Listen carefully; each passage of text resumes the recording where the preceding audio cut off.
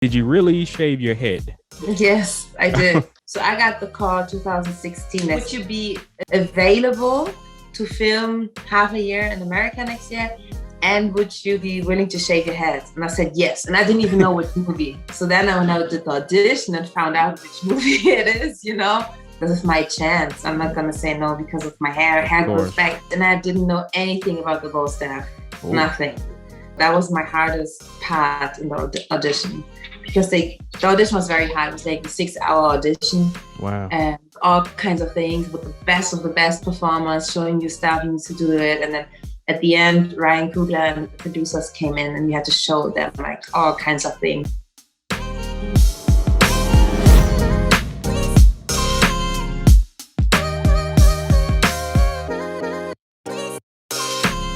was born in Berlin, East Germany, East Berlin, back in it was 1992, so the wall just came down, but it was still very, very East Germany. Yeah. Interesting. I remember, I'm a little bit older than you. I remember seeing that on the news. Oh, wow. I don't know what was happening, but I was, as an adult, I could look back and like, oh, that's what it was. It was a crazy time, yeah. So cool. Let me ask you, did you grow up bilingual? Yeah, so my dad is from Cameroon, West Africa. So he speaks French. So he spoke French to me most of the time. And I learned English in school and just from listening to music and watching movies. So kind of taught myself English. Oh, sweet. On the way. It's definitely, I'm sure, an advantage to you being in the business you are. Yeah, I mean, actually, you just need to know English. I never had the need to talk a different language on set. The movies are so American and British, so most of the time you only speak English. Yeah. Sweet. Now, let me ask you. Obviously, well, not obviously, but our fan base is real big with martial artists, which you definitely are, and So when did your martial arts start? What style did you start with? What age? So I started with martial arts when I was 9 years old, and I started with karate, Kyokushinkai. So I was fighting full contact, and I won the German championships, German Open, and then I also traveled a lot. Like I fought in France and then in Holland and all over, like very international. And then I started to do pencak silat as well. I don't know if you know pencak silat. Oh, definitely. Indonesian style. Yeah, exactly. So also, again, I was fighting full contact in that. So traveling to Singapore, and I won the Junior World Championships 2007 fighting pencak silat. And after a while, I was a bit tired of the traditional martial arts and I wanted to learn something fancy and flashy. And I was asked to be a background martial arts kid in the movie Ninja Assassin. I don't know if you have. Oh, definitely. Yeah. Yeah.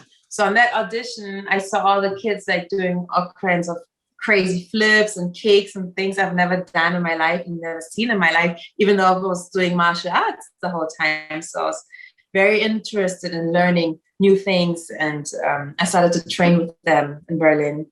And I just wanted them to show me how to do like different stuff because my background was so full contact fighting, which is about strength and, tactic, but not so much about looking fancy. Yeah, no finesse and no finesse. So So if I'm not mistaken, I'm sorry, Ninja Assassin, I forget her name, the actress. Naomi what? No, is it Naomi? No, wait. I forgot her name too. Right, I was about to say Naomi Watts too, which is funny. Naomi Harris, right? There we go, Naomi Harris. Yeah. And you have I guess a 6 degrees kind of separation attachment to her, but we probably can't talk about that because she plays a character in the Daniel Craig James Bond movies. Oh yes. Which is interesting. Yeah, but I didn't. Sorry, it's so loud back there because they're doing something on the roof. I don't know. That's no problem. But I didn't double her on this one though. Everybody thinks that I was her stunt double or something. Oh yeah, you doubled. Oh yeah, on Bond, I doubled Lashana Lynch. Yeah, that's funny. Well, interesting how everything comes together. Obviously, she's connected to the Marvel universe, which obviously you are. Well, yeah. But Ninja Assassin. So that was my first time 2009-ish. Yeah, I think that was even 2008. Oh, even earlier. Yeah, I was like, how old was I? Like, so you're still a teenager, right? Yeah, I was like 15 years old, and yeah, just getting to know a little bit the stunt world. I never heard of this before, never. But if you remember the movie, it's basically all these children watching the fight scene and then training in the background, walking forms and stuff. So you're very close to the action, and for me that was a lot of fun. I was like, I want to do that. That's cool, you know. That's Sweet. I want to learn that. So after the movie wrapped, I stick with the guys who basically had some characters in it, and they just taught me everything. I was like, I want to learn this, I want to learn that, and then I just learned stuff for years and years. And then 2000. Oh, I'm so bad with years. That's no problem. Wait, when was it? 2012, I think. They asked me if I want to go to my first stunt audition, which was to play a role as a witch in Hansel and Gretel Witch Hunters. Oh, the voodoo witch. so I went there, I did the audition, and then I got the job and played this character. And that was my first time working as a stunt person. Nice. So that's very interesting how you got into the stunts through martial arts. This seems to be a very common thing among modern stunt players in the business. Yeah, and I remember my audition for the stunt role was basically everything I've always done in my whole life. So they're asking for doing some like basic martial arts stuff, doing some falls, doing reactions, or memorizing a form or something. So they basically asked for everything that I've trained my whole life for without even knowing that this is what you need to do to become a stunt. So it was very natural for me. Sweet. Definitely made it easier to get into that, to slide into it. But let me ask you this. What is to date your most difficult stunt, be it physical or fighting, if there's even such thing? Like something that you were hesitant about in? On Bond, there were some moments where I was like, okay. But it turned out it wasn't as bad, or it turned out, but this was one of the moments where I'm like, I'm happy when it's done. I'm happy when the day is over and I can say it's over, you know. There are some like wire stunts, and because wire for me is something that's not in your hands, you know, you can't you got to trust the team. You have to trust the team, you have to trust the riggers, trust the system. You can't, like, it's not all on you. So that's what makes it scary sometimes for me. When I know I have to perform, I have to jump over something, then I know for myself I can do it, you know. I can trust myself. But as soon as there are other people involved or like animals, I remember on set with on Star Wars, I had to be on a fake horse next to real horses because I doubled God, I'm so fast. Even forget. Don't worry about it. Naomi Eki, that's her name. I got you. Yeah. So I doubled her, and she's very sweet, and I had a great time with her. And so she didn't have to be on a real horse, so that was like a fake mechanical horse, and I have to do the stunt where I'm sitting on the horse, and I have to turn around facing the back, and then grabbing a bow and arrow and shoot somebody in the back, and then turn around. But the fake horse, is full galloping, so it's like very big motions, and it's on the car, and the car's driving super fast. And next to me are like 10 horses, and there's an explosion going on, and fire. It was just so much, and I know because I have worked with horses before on Into the Badlands, and I know that horses can get very scared, you know, of course, with sudden loud noises and whatnot. Loud noises, fire, explosions, and then a fake horse next to them. So I was just super scared about the horses. You know, like I thought if the horses weren't here, I would be fine. But you know, all of this is just a lot right now. But yeah. That's interesting. Yeah, definitely. Mm. Yeah, the bigger productions, and yeah, I'm sure it could be intimidating to a degree, but you got through it. That's why you're awesome at what you do. Straight professional, right? Yeah, thank you. No, Yeah, it's just the stunts which are not in your hand, which can right. be intimidating. Yeah. Let me ask you this. I'm glad you brought up wire work. Had you ever done any descender work? Yes. That looks. Is it as fun as it looks, or is it the total opposite? It still plays to the practice of having.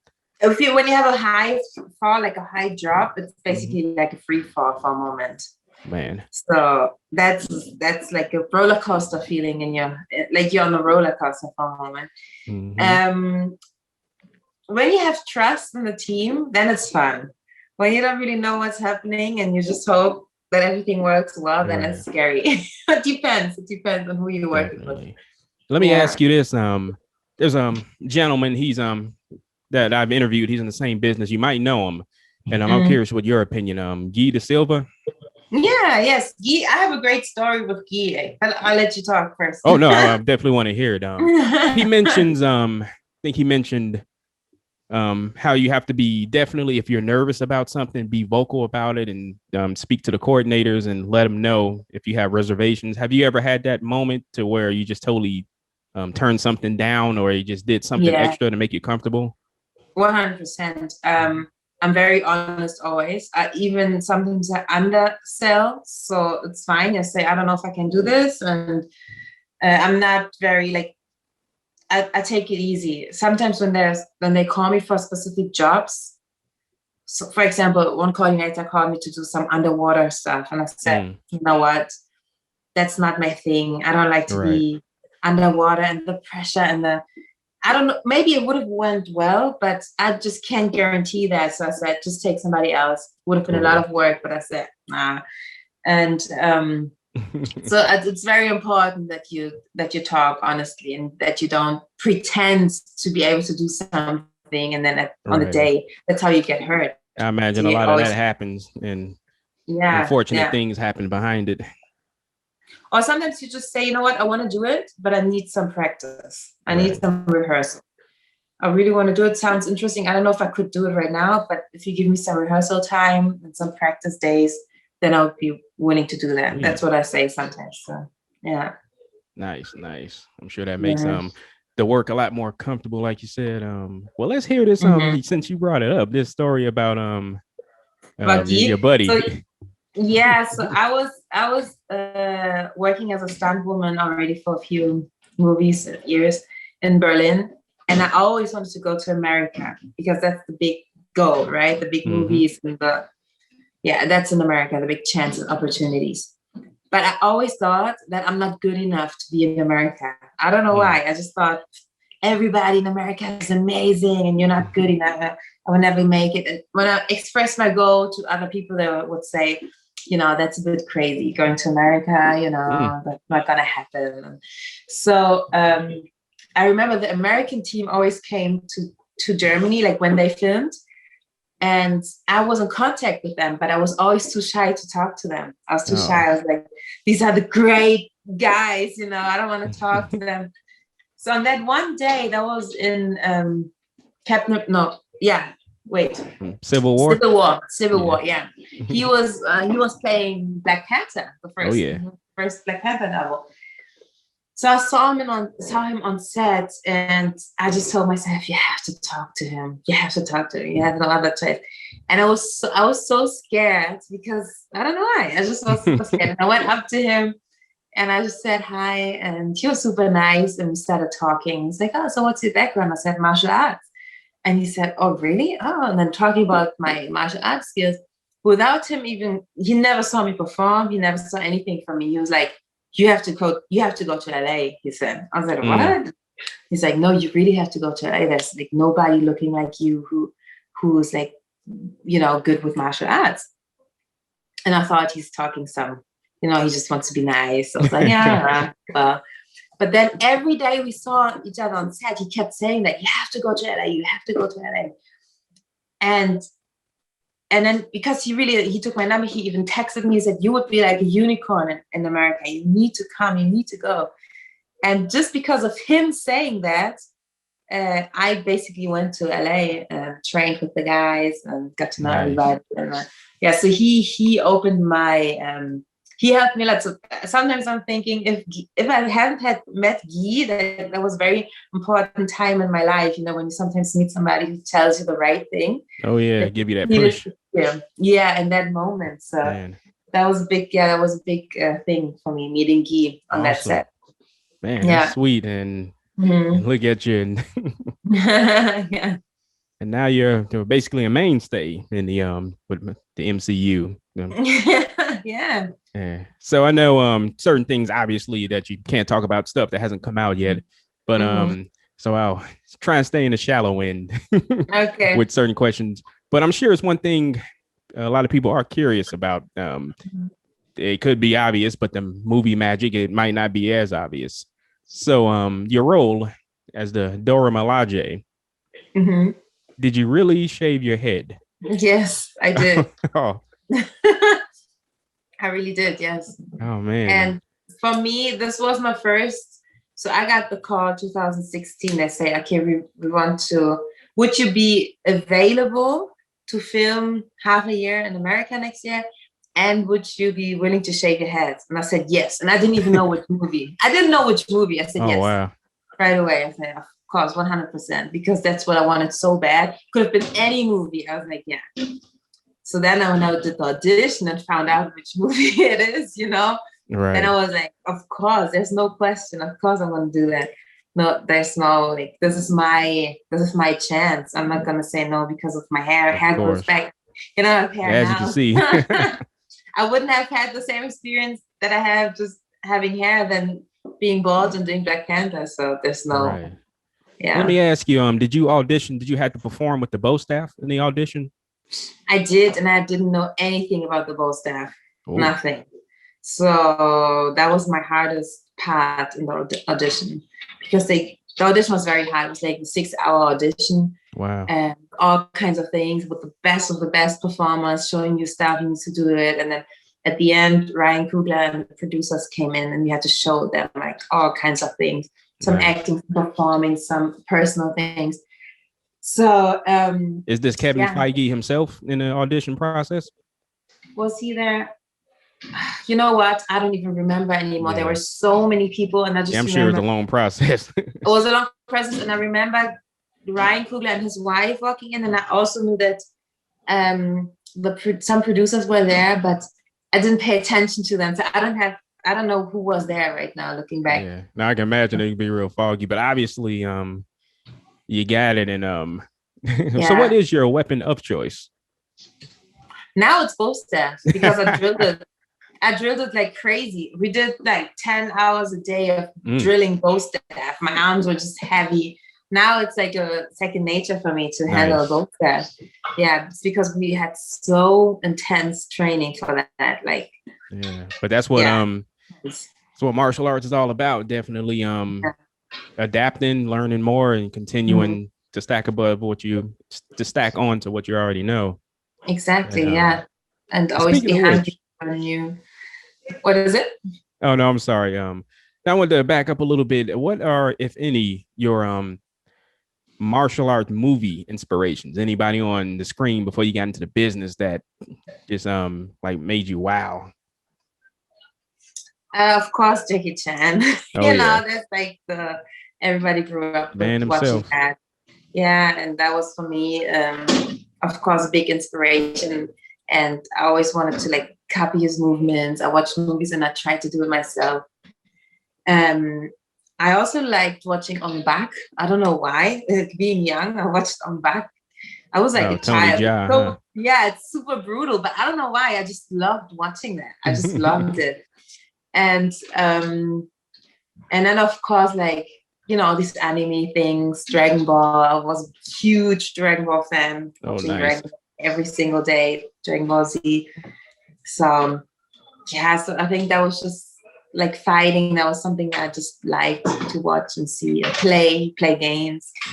You know. I got you. Yeah. You mentioned you dove into the Indonesian martial arts. Have you are you a fan of the raid movies? But the primary style is Pencak Silat. Yeah, I like it a lot. Yeah. Oh yeah. Great movies, especially the first one. It's really good. Yeah, definitely. And Jackie Chan himself, man himself turned 67 yesterday. Yesterday, yeah. I just posted a picture of me with him, the only picture that I have. When he came on the movie 80 Days Around the World, he had a premiere in Berlin, and so they had two martial arts teams doing a show on that movie premiere. So it was me and like 3 other guys, and we were still children. I was like 12 years old, so we did one of these funny martial arts children shows where people just laugh because we beat up the big guy and things like that. Right.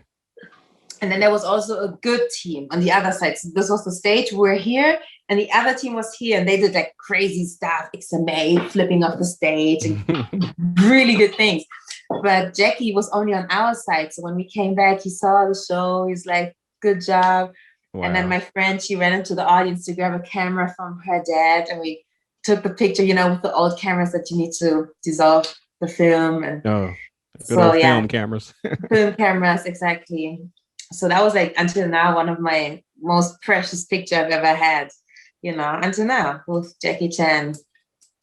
No, that's awesome. That's you know, next to Bruce Lee, I mean, Jackie Chan is the guy, you know, as far as inspiration is, and how could you not like him? How could you not love him?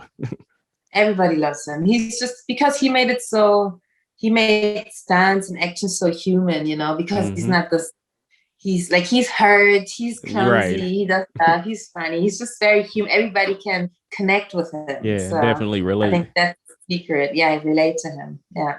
Now, let me ask you this kind of a big 2-parter question. So was finally making it to America, was it a culture shock, and you know, how did you adapt, or was it everything you thought it would be, or the opposite?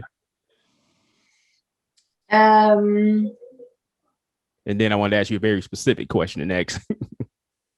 So my first movie filming was Black Panther, right? So that itself was already a culture shock. It doesn't even matter if that was in America or not. That was a big culture shock, filming a movie like that. But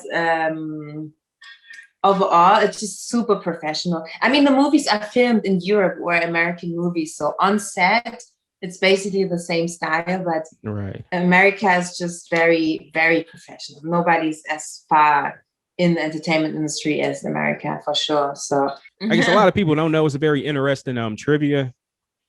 So Americans, we think German chocolate cake is named after the country. Oh yeah. And it actually isn't. No.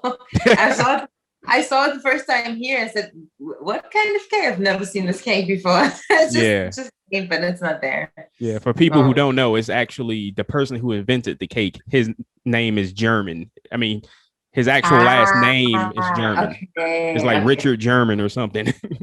Okay, that makes sense. Okay. Yeah, people just assumed, it must be from Germany. Okay. Yeah. But yeah, you're absolutely right. Portion, you know, us in America, we have we're very bad with portion control. Too much. And also like the drinks, and it's just so huge. It's you just need to know, like, when you don't know about this, then you can gain weight so quickly. Now I'm here since January. I didn't gain weight because I know how to eat, and I cook a lot myself. I love to cook, and I love to cook healthy. I don't eat meat, which helps a lot too. I don't eat fish anymore since I watched the documentary Seaspiracy on Netflix. So I think I eat pretty healthy. Besides the chocolate and the cake, you gotta have your snacks again. Gotta treat yourself. All right. So I wanted to ask you this. It's something I ask all of the people I interview based on what I know about them, to make it a little fun. Okay. So it's what I call, you got 3 choices and you only could pick one. and the only two you can never associate with again. Okay. All right. So your three choices that I came up with for you is martial arts, going back to Germany, okay, or speaking English. And you only can keep one. The other two you can never do again. Oh my God, these are so so different to each other.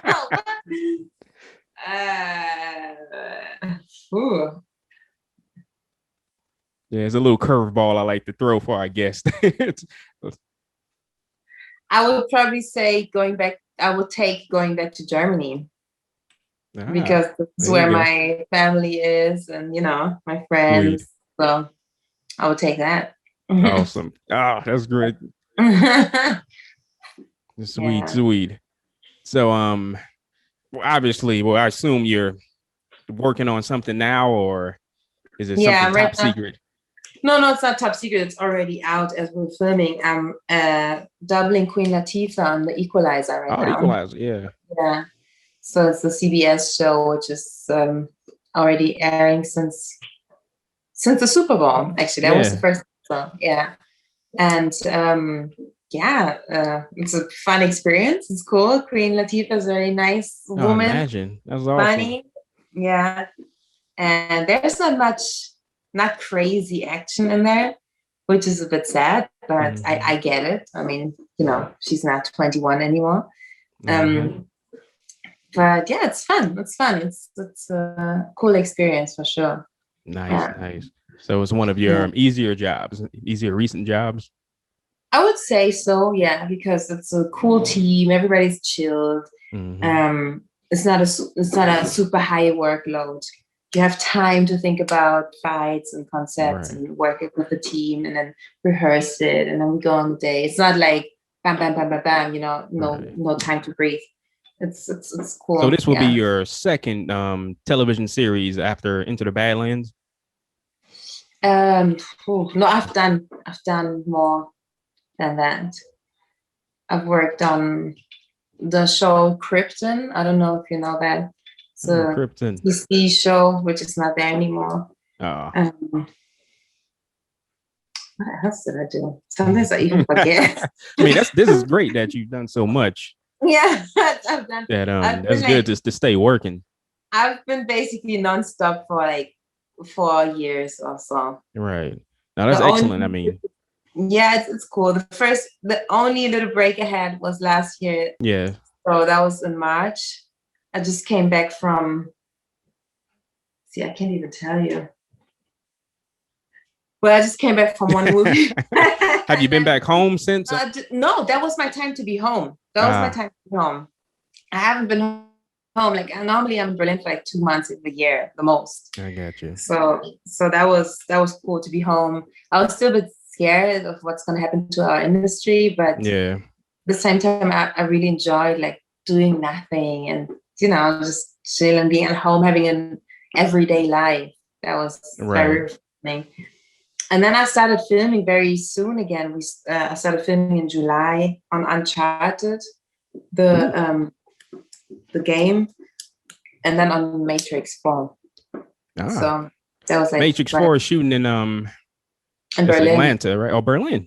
Yeah, they started in San Francisco and then they finished up in Berlin. Sweet. Yeah, nice. Staying working. Yeah. And always speaking of working. And speaking of Germany, I wanted to ask you something if you're familiar with Kaiserslautern. Kaiserslautern, yes. I know the place. I've never been there. Never been there? Yeah, that's the only my only association with Germany. A military buddy lives there. Okay. Yeah, that's the area where American military would be. Frankfurt, like South Germany. Yeah, that's where I'm from. The complete opposite. Berlin was not American military base at all. So, yeah. Sweetness, sweet. Once again, we appreciate you and try and put something nice together for you. And be safe and stay healthy. Yeah, you too. All right, bye-bye.